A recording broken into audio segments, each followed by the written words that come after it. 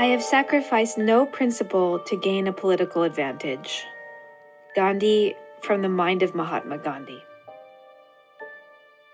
One of the things that made Gandhi so powerful is that he was so confident in the rightness of what he had done, and he was able to be confident in it because of the rightness of his motivations. Clinging to principle under all circumstances was a hallmark of his, and we tend to think that such a thing is extremely impractical, but my gosh, nobody would accomplish more than Gandhi did. So that's a lesson for us all.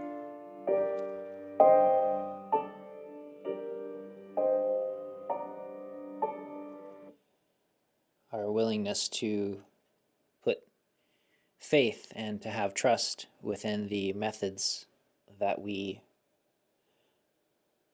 want to see in the world, to have faith that love and compassion is stronger and more enduring than faithlessness and violence and cruelty, and to simply rely upon that knowledge without having to control everything, without having to need to know exactly what will happen along every step, but rather to simply put faith in the goodness of the action and the willingness to make the world a better place a little bit at a time, and to lean into that quality, that sacred political advantage, to hang on to our principles and to know that whatever happens, it's worthwhile for us and for everybody around us to continue to be the best versions of ourselves, and to hold that one day our whole community will maintain the same level of principle.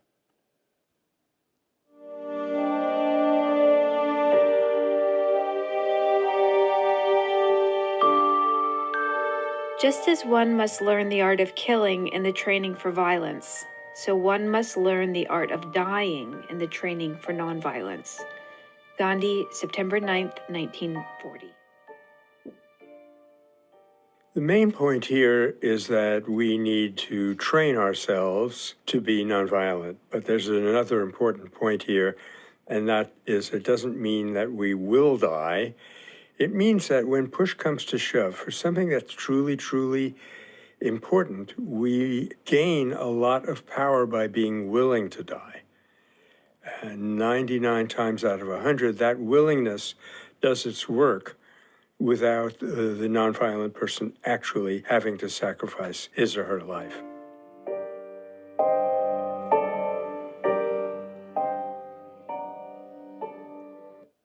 To being willing to place our principles ahead of our short-term wants, the willingness to say that it is more important for me to continue to be loving and compassionate, the best version of myself, to stand by the things that I know that are right, than for me to protect myself in the short term. And there's something very powerful about that commitment to a value.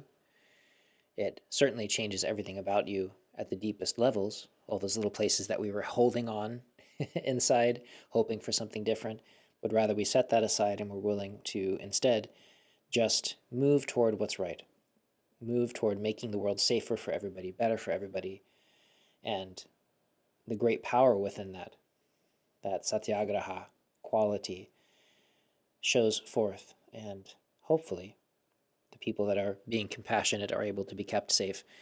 But part of the reason we're so vehement about this, part of the reason we're working so hard to make this change, is that we've created a world that's not safe. And so when we place ourselves into the middle of those unsafe conditions, trying to heal that damage, sometimes we become unsafe as well. And we have to be willing to walk into that space open-heartedly.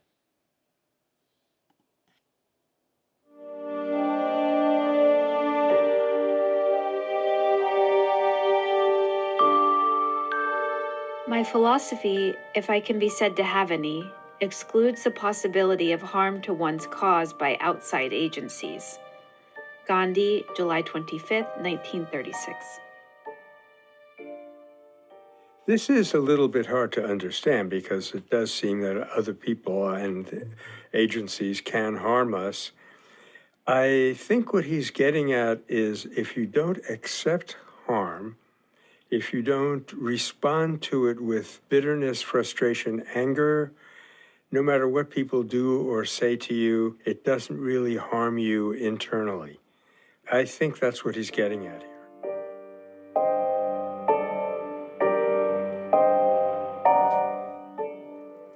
Yeah, this one is a difficult one to interpret. And for the people who are meditators who have found their internal qualities, those deepest aspects of their nature, we can recognize that that part of our nature is completely free from the possibility of harm, which is to say that there's an aspect of you which is untouched by the world around it. The deepest part of what you are, that deepest quality of self, the self with a capital S in this case, that wholeness, that oneness, it is not possible to damage that. Oftentimes that's interpreted as the idea of spirit. It's not metaphorical, it's not mystical, it's a completely normal experience in human life. It's simply that most people haven't taken the time to look to see what that's like. And from the tradition that Gandhi comes from, that's the most important part of your nature. And so to recognize that as your truest self, and from that definition, then your truest self is impossible to harm. And so you can go freely into dangerous situations knowing that the part of you that matters the most cannot be harmed. And of course, different traditions and different philosophies will see that in other ways. But I think that's what he's getting toward here.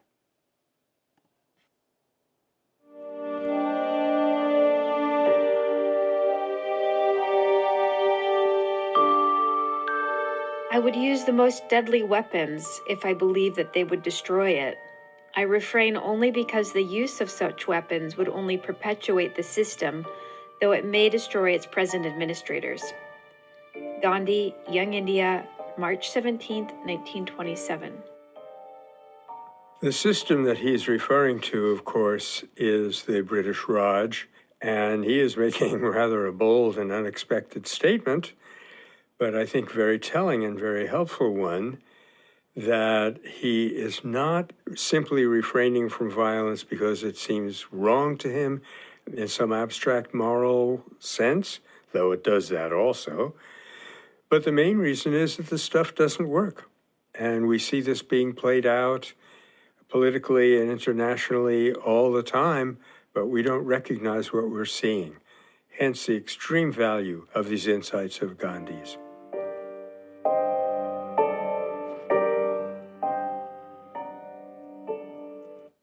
Another difficult one here. That to recognize that the main reason to not use a weapon isn't just because it doesn't really achieve the goals that you want, but because it would strengthen the entire system that you're fighting against.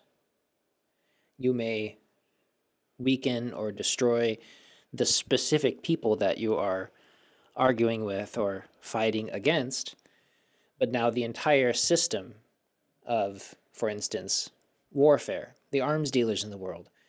It doesn't matter who gets bombed, it doesn't matter who wins or loses a war. The arms dealers, the people who are making their living by selling and perpetuating weaponry, they always win. So the only way to keep them from growing is to stop participating in that game altogether. And that's true with all of this. There's a system here that is in place which is inherently destructive. And if we are trying to replace that system, that means taking part in none of it, or as little of it as possible. And so even if you get short-term gains, overall you weaken yourself because you strengthen the entire system that you are trying to replace.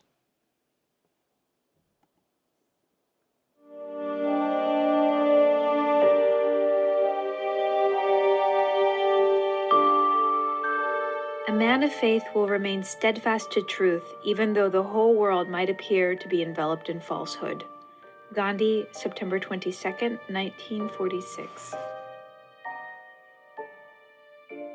Yeah, we often hear from people, how can I be nonviolent in such a violent world? How can I be truthful in such an untruthful world? Well, that is the very world which most needs our nonviolence and our truth. And in the end, A person of faith, as Gandhi says, will not be dependent on the opinions of others. That is a tremendous kind of freedom that we see him exhibiting all the time. Even his best friends back in the early days in South Africa would advise him not to do something, and he did it because he felt it was right.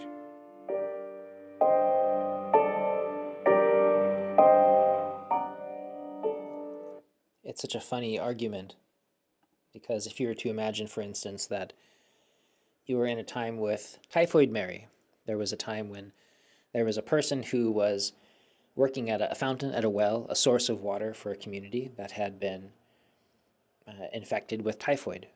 And it was a source of huge numbers of infected people. And so let's say that there's a poisoned well nearby for you, and you recognize that everybody in your village is drinking out of that well. Everybody in your town walks over, drinks out of that well, and gets sick. And it keeps happening. You keep watching it happen no matter what you say to them. You keep saying, hey, don't drink from that source because it's going to make you sick. And they say, it doesn't matter. And they go over and do it anyway, and now they're all sick.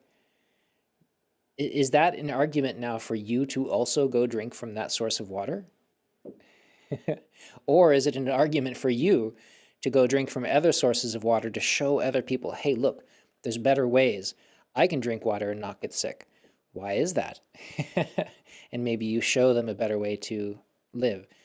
And so even though the whole world might appear to be wrapped up, enveloped, as he says, in this falsehood, enveloped in bad choices, bad habits that keep making everybody sick, keep damaging the world that we're living in, we have to be willing to walk over to a different source and say, hey, look, there's a better way over here, and to be examples of that better way.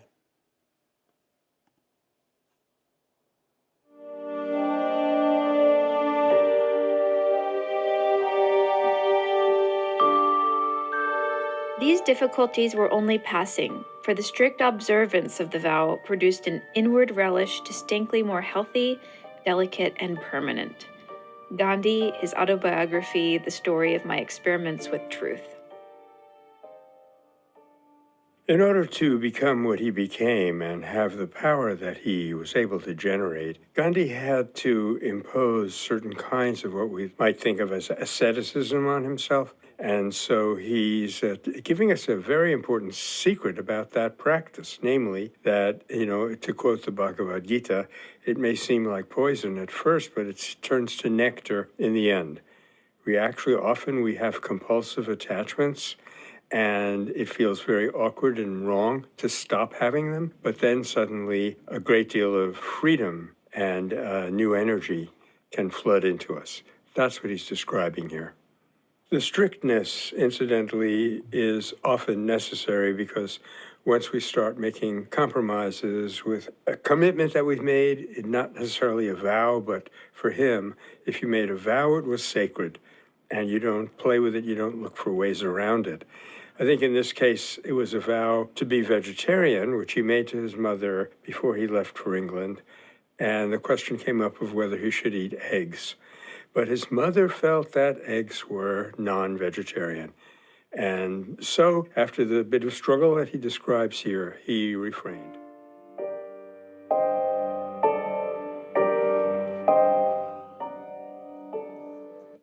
And how important to strengthen that quality of yourself that is your willingness to be truthful to yourself, your willingness to stick to something that you consider to be important. Not in a hardened, rigid way where you're unable to change your mind if something better comes along. But if you recognize that there's something that you need in life, and you say to yourself, as many of us have in life, I'm going to do this thing, or I'm not going to do this thing. How many of us have had that moment where we say, I am going to make this change? And then a few hours, a few days go by, and we go, well, and how does that make us feel inside? We've all had this experience. And so to instead strengthen that part of us that is able to be secure and firm with our word to ourselves and to others, to be steadfast in that way, it's a quality of our character. It changes our nature when we have that steadfast quality as part of us. It is very healing. It is a natural part of our healing. And it's something we have to take into account. You don't have to live an ascetic life, necessarily, but you do want to be steadfast with your word.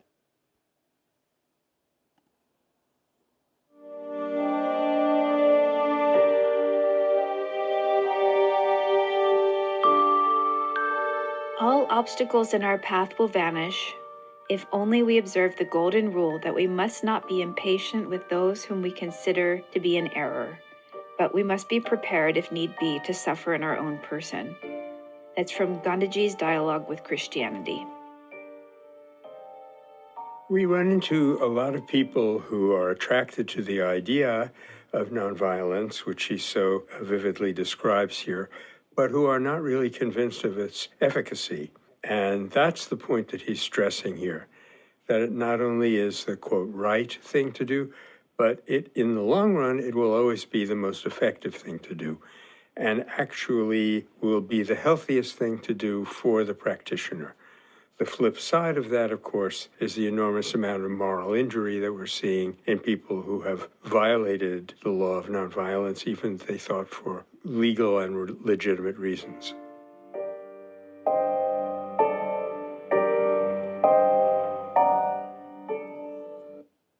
And that, again, is reframing it in this perspective of medicine that I like so much.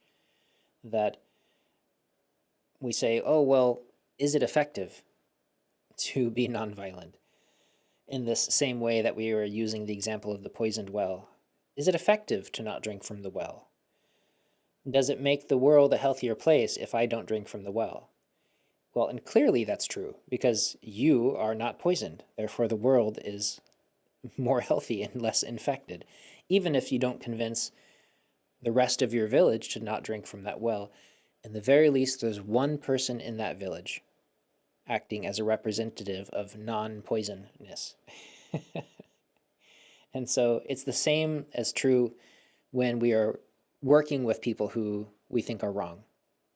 And we must be willing to be nonviolent with them, even if it's not going to convince them. In the very least, we are representatives of a non-poisonous way of being. And that's this important golden rule of life. We need to be treating people, ideally, not just the way that we would want to be treated, but the way that they want to be treated, of love and compassion. And then we are bringing that into the world. The world is made up of individuals choosing how to be. So if you choose how to be less poisonous, more loving and considerate, then we are now living in a world that is less poisonous, more loving and considerate.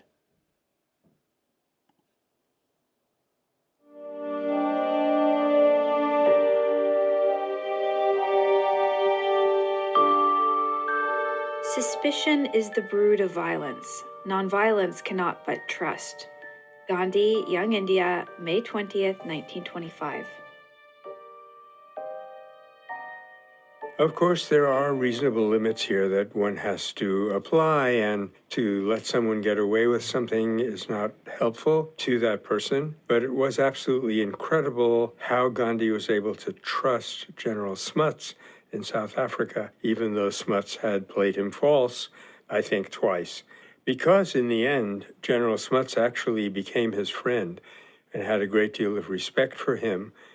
And that shows you how sometimes these counterintuitive things, this kind of outreach and trust and love and support that Gandhi was capable of, is once again actually the pragmatic and more effective way to go.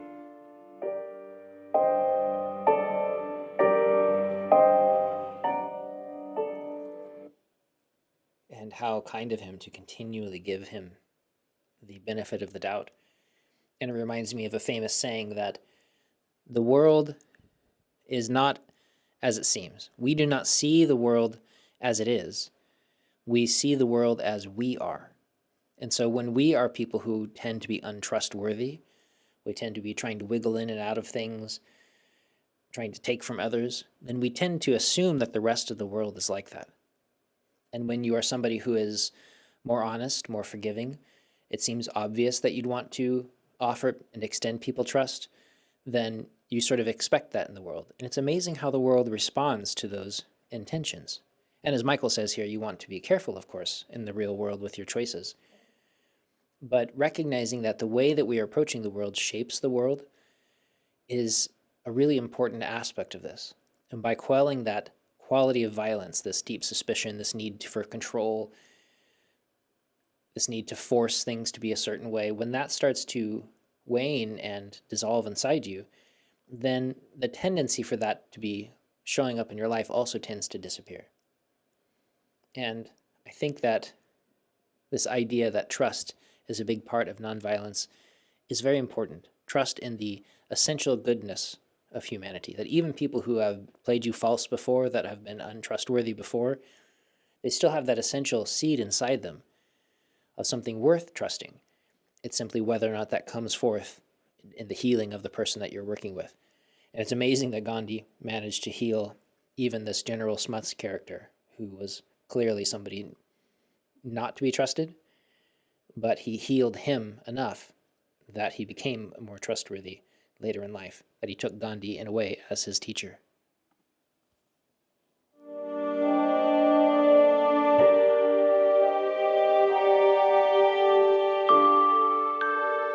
Ahimsa is the highest ideal. It is meant for the brave, never for the cowardly. Gandhi from Mahatma, Volume 7. The main misconception that people have about nonviolence is that it's done out of weakness.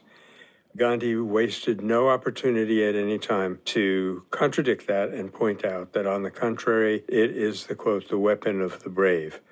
I think it's also important that he mentions here that it's the highest principle. I think he felt that it was the underlying organizing principle of life, indeed of all existence, what would be called in India dharma. In fact, this was an axiom in ancient India, ahimsa paramo dharma, meaning nonviolence is the supreme law.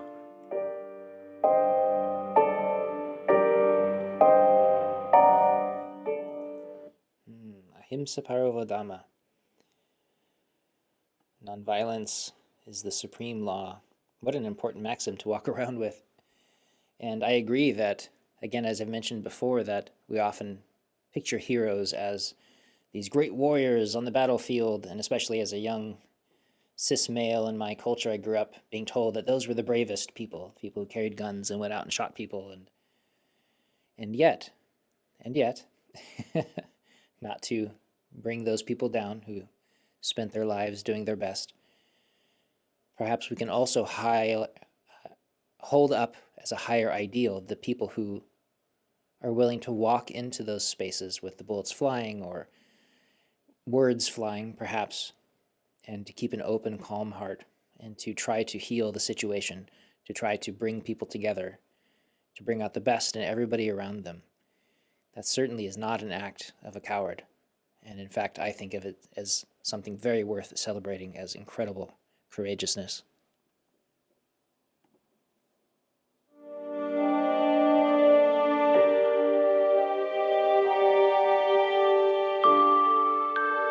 I am satisfied that many Englishmen and Indian officials honestly believe that they are administering one of the best systems devised in the world. That's from the Selected Writings of Mahatma Gandhi, edited by Ronald Duncan. Gandhi was famously capable of being generous to his opponents, whoever they may be, and giving them the benefit of the doubt, and nonetheless demonstrating to them that their position was untenable. It's also interesting here that he includes Indian administrators as well as British, because we tend to think that this was strictly a racial issue in India, as it had been in South Africa. And no, it was a question of nonviolence against domineering. He said on another occasion, I refuse to hate the domineering Englishman, just as I refuse to hate the domineering Hindu.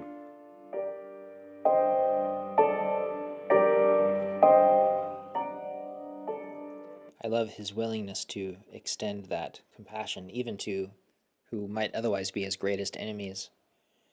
And I constantly return to this awareness that part of the reason the world is the way it is is because people genuinely don't know that there's a better way to be. I experience that regularly in my daily life, that people genuinely think that this is the best it can get. And it's another reason why we need more people and more systems who find a better way, that demonstrate a better way of love and compassion, that you do not need greed and hatred to run the world. We do not need to bomb countries into compliance in order to make the world safe. I don't even understand how they work through that process. But people genuinely believe that's the best that can do, that there is nothing better on offer. And so we need more and more people, more and more places willing to demonstrate, actually, yes, there's clearly a better way. And here it is, and here's how we did it. Here's how you can do it. Let me extend a friendly hand and help you do it too. The possibility of that, to me, is very exciting.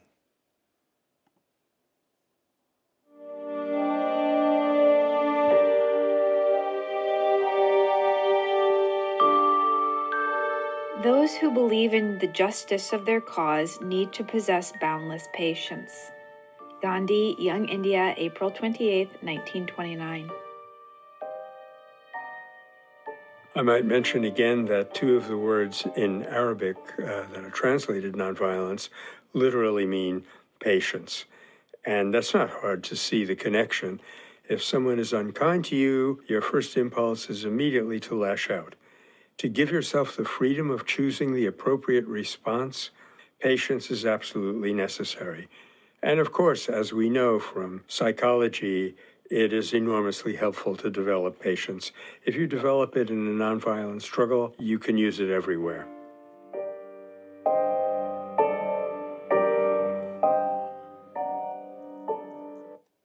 And if I may offer the different definition to the word patience from the Taoist perspective, usually, at least in the culture where I grew up, patience is considered to be this trait where you squeeze and you hold yourself and I'm waiting, I'm now being patient, and I'm waiting for what I want to happen. I'm waiting for you to stop talking. I'm waiting for the thing that I need to happen. I'm going to be patient here. And from my perspective, that is not a healthy expression of patience. True patience might be more of your willingness to simply be still, to be calm while you're waiting for something to change. So you're in a room waiting for a meeting to start, and it's 10 minutes past when they said it would start. It's 20 minutes past. And rather than squeezing yourself and trying to hold yourself and force calm or something, instead you are simply at rest, doing your practice, doing your contemplation, being content to sit there and rest and wait, and not be somebody who is fighting against the shape and the movement of the world. And again, that's this sense of being where you are, not being where you think the world should be, not being attached to how it's supposed to be, but rather being content to be where you are and how things are in this moment. And that recognizing that that's an important part of justice and recognizing that that's an important part of nonviolence in the world is a very important quality then to cultivate this boundless patience for all of us.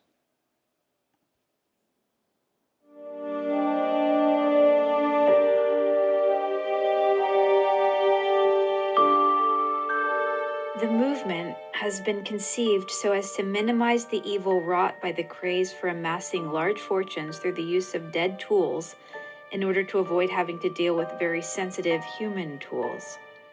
Gandhi, from a booklet called Village Industries. That movement was also later called by E.F. Schumacher appropriate technology, and other terms that applied to it often were simplicity. And I think just looking around us today, we can see the baleful influences of not having observed it. Life has gotten so complicated and so dehumanized, so separating us so much from one another and from nature, all of which could have been avoided if we had clung to that principle, which, was difficult and not intuitive because every one of us has been wrapped up in this craze of materialism and what our teacher, Eknath Easwaran, calls blind faith in technology.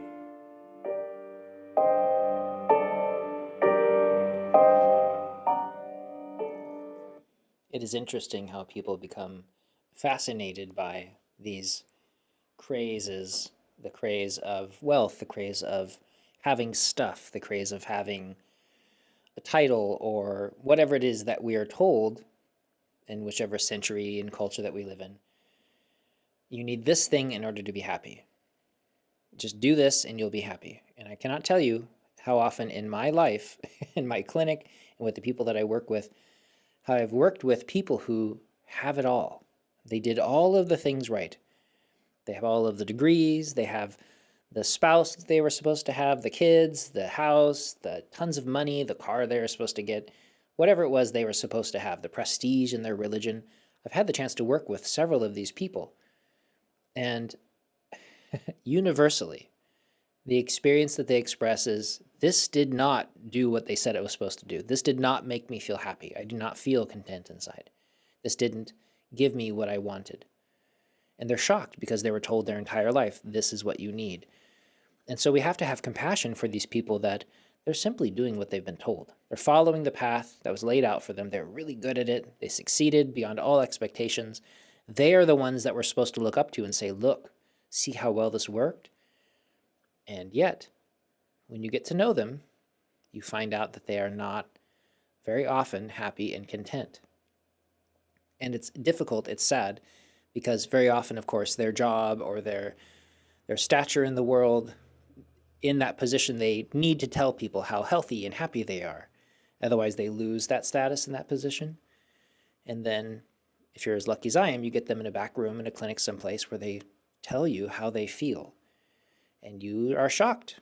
I am shocked very often to find out that these people are barely hanging on by their fingernails, just trying to get through every day, even though they have all of the things they were told they were supposed to have. And let me tell you that this is not where contentment, satisfaction, peace comes from. It's just not. And so here Gandhi is talking about this craze for amassing large fortunes and collecting dead tools. And if we can recognize that we've been sold a bill of goods, as the people in the older generations might say, we've been told one thing and it's just not true. And if we can look around and start to find out what does work, look toward the people that are proven to be contented and happy, even if it looks very different than we expect, maybe we can start to learn something different. And we can start to form societies around something that's actually satisfying and healing, rather than things that we've found over and over again for millennia to not work.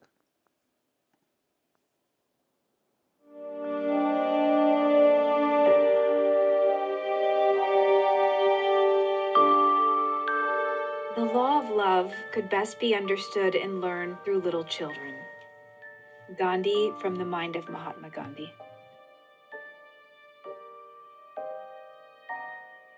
This is very sweet, but also very scientific. It's not that children aren't capable of anger and self-will, but their fundamental nature is one of sweetness and generosity, and you can see that if you just give them half a chance to hold on to that nature.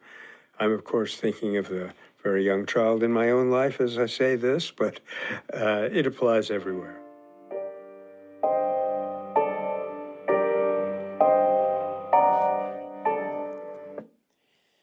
And it's very common, for instance, in Taoist perspectives, to recognize that can you be like a child? And how are you able to open yourself to be soft and in that space that you were before you became hardened and tight and unable to process the world in a way that is healthy and filled with compassion. When we were able to be in the world with an open heart and a soft belly and open eyes to see things in a fresh and clear way, and your willingness to simply express yourself and be yourself. And that quality of this non-differentiation between self and other. I'm just in the world, I'm part of the world. That's this state of open-hearted love. And of course, children haven't yet learned to manage their emotions or to manage their experience. They're not adults, but they do have this quality of freedom, which we then usually lose through fear and through grasping and attachment.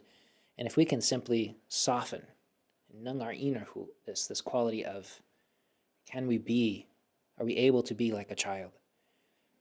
This is when we start to heal and we reopen and we return to the space that is more wholesome and expansive.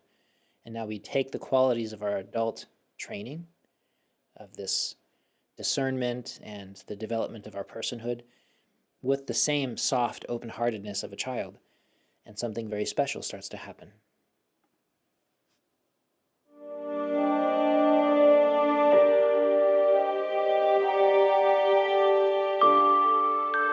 Man is the maker of his own destiny, and therefore I ask you to become makers of your own destiny. Gandhi from the Collected Works of Mahatma Gandhi, Volume 26. Nowadays, I think even more than in Gandhi's time, people feel helpless before the, quote, march of time. That is to say, whatever directions society is taking. Like right now, for example, according to an important study, this feeling that violence is legitimate is increasing in an alarming way in our society. That shows you that trends are not to be followed blindly, as he warns us here. Equally important, if not more so, is the idea that we're not dependent on our genes or inheritance or anything in the last analysis. That builds a certain direction to our life, but we have the most significant possible choice in terms of how we are going to live it.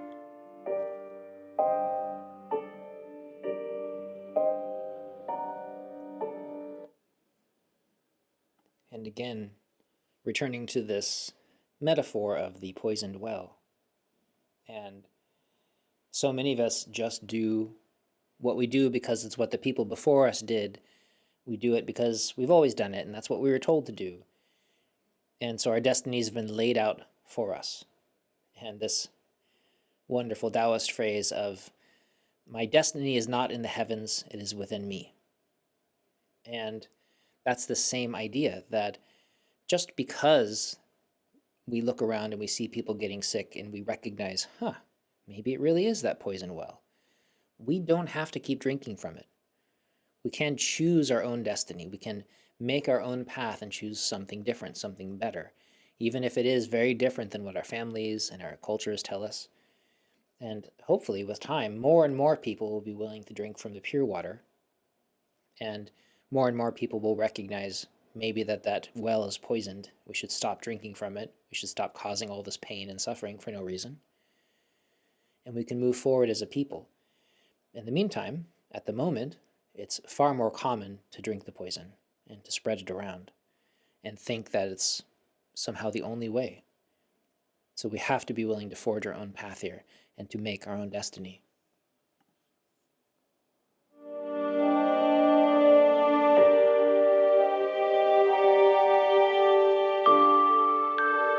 Man is not omnipotent. He therefore serves the world best by first serving his neighbor. Gandhi, Ashram Observances in Action.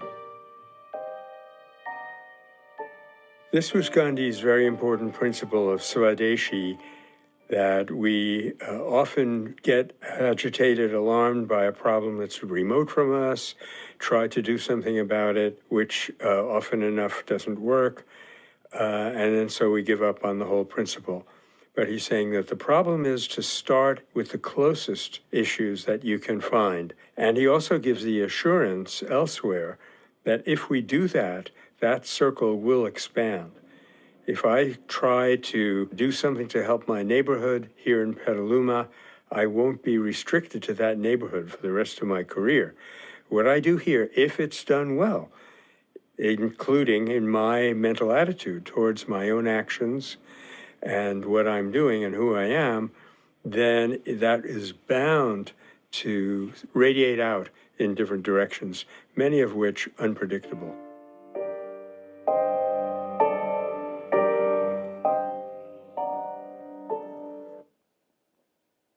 Gosh, and such a gift to recognize that We don't know everything. But what we can do is do the things that we can observe directly. I observe that if I help, in this case, my neighbor, that I feel better, my neighbor feels better, and that instantly the space between myself and my neighbor get better. If I'm doing a good job serving them. You don't want to annoy somebody. But that means that your neighborhood gets a little bit better. This is something you can observe and see directly in the space around you. You don't have to know whether or not it's going to end all wars if you help your neighbor, but you do know that it does make your neighborhood a little bit better. What if one person in every neighborhood around the world does this? How many people live in your neighborhood? You're one person, and yet you can make a difference, a tangible difference. If everybody does that, or again, at least one person in every neighborhood, that's a wave of transition around the whole world. And we are everywhere working together. The people who can clearly see the benefits of creating a peaceful, loving world, working together, hand in hand, sometimes without knowing each other, but we can all see what works. That's why in every culture around the world, there's peacemakers and healers and change makers. And if we can take the time to do that in a small sense in the places that we do know, we can be assured that it's also happening in a larger sense around the world, even if we can't know it for absolute certain.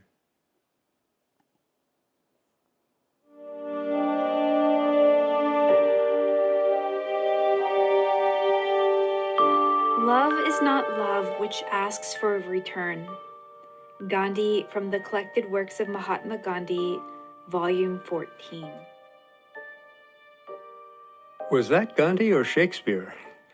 Apparently, all the experts on love have recognized that when you do something kind or feel some goodwill towards a person on the expectation of it being reciprocated, that isn't really love. Love is when you just do it. You can have confidence that it will have good effects rippling out into the whole environment, but this is not a tit for tat. It is just a question of doing something for someone or some country because you love them.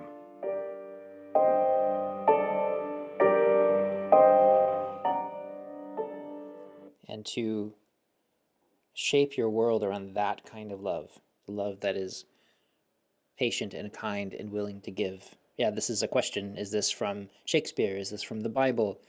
This is the kind of thing that you see everywhere. Rumi talked about it in Sufi systems. You can find it in traditional African poetry. We recognize what real love is. Love is not conditional. Love does not make demands. That's not what true love is. We may use the same word in English, but let's not be confused about what we're talking about. And if you are cultivating love within yourself, within your relationships, within your community, make certain that you're not trying to get something out of it, trying to force a return. Because if you do that, then you know you're in the wrong direction. You're actually cultivating something that will not leave you feeling better and will not leave your community better. Instead, give selflessly, anonymously if you can. Simply reach out, make a lasting change, help your neighbor, make small shifts, but make that shift inside you first. And then that kind of wave of change ripples out from where you are at any time.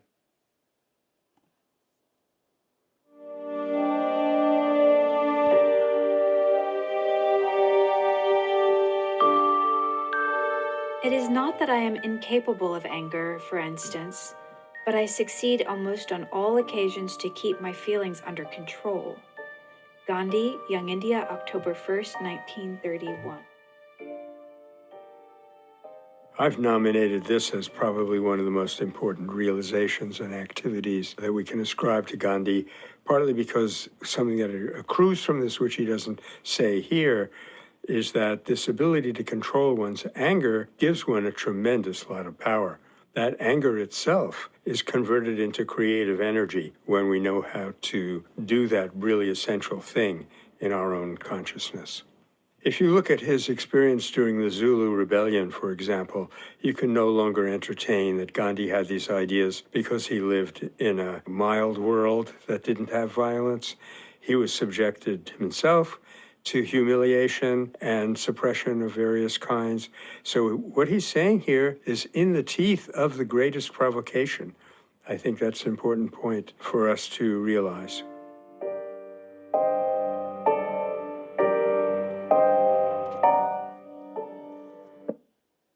Yeah, I don't know that I could live in such a balanced way in such difficult circumstances, but I hope that I could.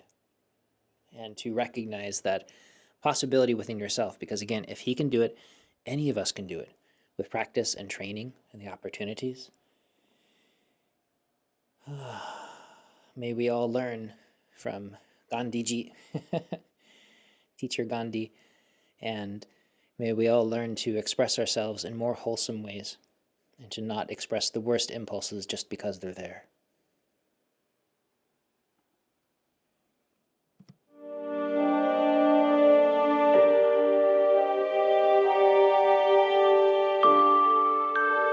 If we had not adhered to this principle, instead of winning, we would not only have lost all along the line, but also forfeited the sympathy which had been enlisted in our favor.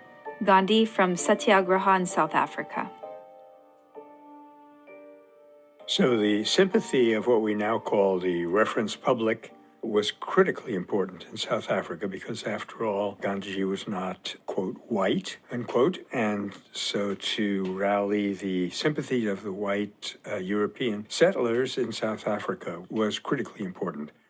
But of course, there's a deeper principle involved, and that is that nonviolence, the principle that he refers to, most importantly, wins sympathy of the opponent, but also can be critically important to win the sympathy of onlookers from wherever they may be, and thus create a whole new atmosphere. So that is the future building potential of nonviolence.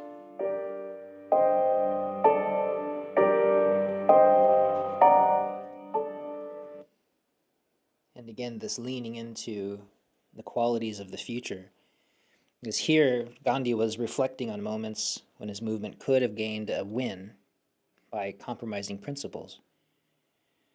Instead, he recognizes that victories like that are hollow.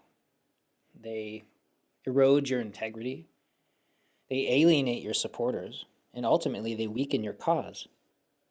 But by staying true to your principles, even at the cost of short-term gains, the movement itself preserves its moral authority and, in the long run, deepens its power.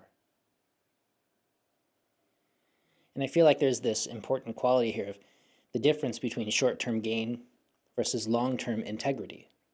Winning by betrayal, winning by betraying your own principles and the people around you, it's really losing because it poisons the root of your struggle. Satyagraha relies on awakening the conscience of others. That's that nonviolent conversion that we talk about. That sympathy evaporates if hypocrisy is shown to be the center of your movement. So only by aligning with truth can a movement generate lasting success. Anything else is just self-defeat. And the Tao Te Ching Lao Tzu says something like, the one who grasps loses, or what you grasp at is lost. And Zhuangzi even would probably laugh at somebody who is willing to win today but collapse tomorrow because their root is rotten. The Buddha would say something like, the law of karma shows that tainted intentions result with tainted success. And so it's funny that if we win in this tainted way, we actually lose twice. We lose the support of the people around us who trusted us, but we also weaken our own root. And so it's kind of like doing Qigong or Taiji practice, and your posture looks beautiful from the outside, but it's held with stiffness, with a kind of inauthentic practice quality, so that you are actually growing weaker as you practice. You're getting more tense, you're expending your qi, and you're making it so that your practice can't continue. And so what we want to do is develop authenticity in everything that we do. And we never would want to win, quote unquote, win, by sacrificing our long-term movement and the actual principles that we're developing within ourselves and within our community.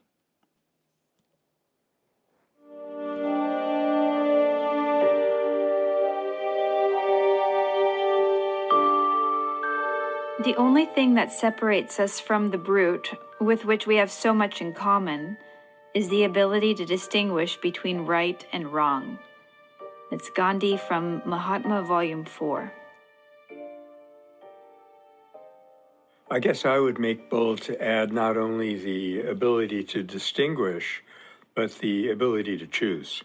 That becomes really quite critical, to know what's right and to be able to choose it. And Gandhi often said, you can even make a mistake. You can think that wrong is right, but if you choose it all in honesty and follow out the results of your actions, they will be self-correcting. So there we have it, humanity in a nutshell.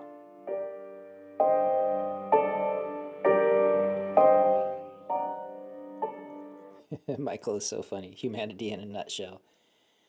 And I feel like this is something that should give us great courage to be able to act upon our principles, because it's the same thing, again, to use Qigong or Taiji methods, which many of you practice, meditative methods, that even if you're holding a posture incorrectly, if you develop the proper internal principles, the qi flow, the quality of throughness, interconnection, wholeness, emptiness, these kinds of methods that we develop, those themselves will correct your posture from the inside out.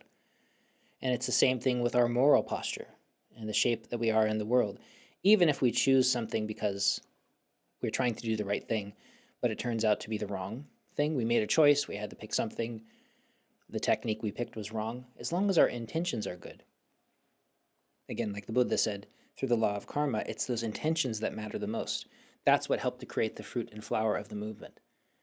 So we do our best, but make sure that you're doing your best from the inside out. And it's so important for us to, over the time, learn to distinguish between right and wrong. And like Michael says, to choose the right and to not choose the wrong. That's also important. But recognize that we can still have confidence in our actions if we are moving forward with the best intentions of love and unconditional friendliness, trying to help heal the world. Because even if we sort of stumble through with unskillful actions, the intention itself still shines through and will make a larger difference in the world. That's the seed that we're planting.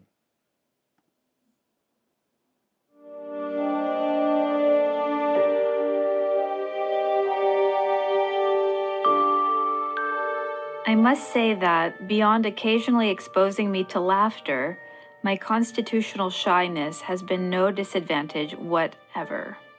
Gandhi, from his autobiography, The Story of My Experiments with Truth.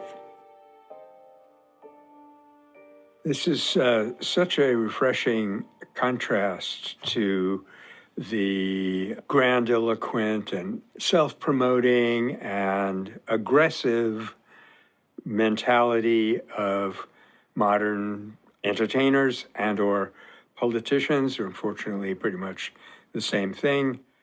I mean, his shyness really became a profound kind of humility, and it did not at all prevent him from making extremely bold demands on the regime, which had so much exterior power, and extremely innovative experiments in human behavior and political change.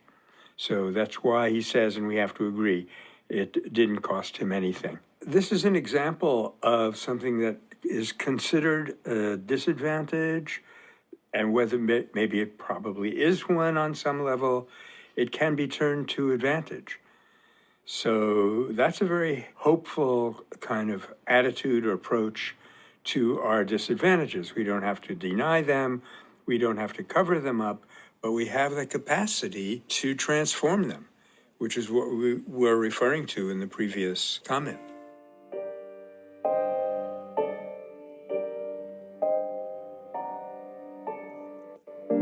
Yeah, such a gift to recognize that it's our internal qualities that matter more than our external habits or personality.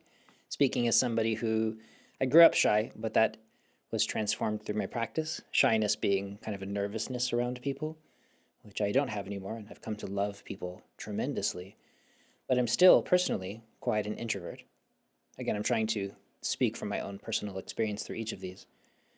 And as an introvert, I lose energy during my social time, and I need quiet and stillness away from people as a way to rejuvenate, to recharge my battery. Versus some very famous extroverts. I was just reading a story recently, and one of our presidents here in the United States, while driving along the road, if he's having a very busy day, he would have the driver pull over and he would go out and start shaking hands and talking to random strangers. And he would do this several times during a car ride because it recharged his battery. It made him feel more energized. And at the end of the day of shaking hands and making phone calls and doing all of this incredibly social stuff, he ended up with more energy than he started. And that's an extrovert, the opposite of me. And any quiet time, of course, would make this person feel exhausted. And so to recognize for myself that if I'm going to be part of a movement of helping the world feel better, I cannot do it in an extroverted way. That would destroy me. That would actually be a kind of violence toward myself. And I would be masking my actual feelings in nature. But instead, I try to be part of the movement in a way that actually is nourishing to me in the way my nervous system functions. Instead, I connect with people and I reach out in small doses, in deep ways, the way an introvert can, considered slow ways. And I share myself with the world from the stillness and silence of my own home, like I'm doing now. This kind of connection works well for an introvert. It would be exhausting and boring for an extrovert. And so I feel like part of this message that Gandhi is sharing with us here, and his personal experiments with truth, as he says, is to remind us that we all get to be our best selves in our own personal way. We all get to find our way to help the world by expressing our unique and individual talents in the way that best suits us in our lives. We don't have to try to conform to a shape. We don't have to try to imitate him, which wouldn't be productive anyway for most of us. What we need to do instead is to follow that still small voice inside, to cultivate ourselves deeply and highly, hopefully with a master, following a method, to become these examples of peace and love, compassion in the world, and then to take that example out into the world and show them the way that he did, that exactly how you are is perfect for becoming who you will become in the future. As a leader, as a guide, as a simple example of what it looks like to cultivate well and to share that love with the community, to build a community based around compassion. Gosh, we certainly need more of that. So I thank you for following me here on this journey with Michael and Master Gandhi. Please do share your own thoughts and feelings and your own journey in the comment section below, because remember that building community is a big part of why we do what we do here. And I wish you the very best in cultivating your own unique talents and skills. And I hope that you bring them out in the way that shows the specialness of your own existence, the bright, shining light that's inside you as an individual. You can do it. We're in this together.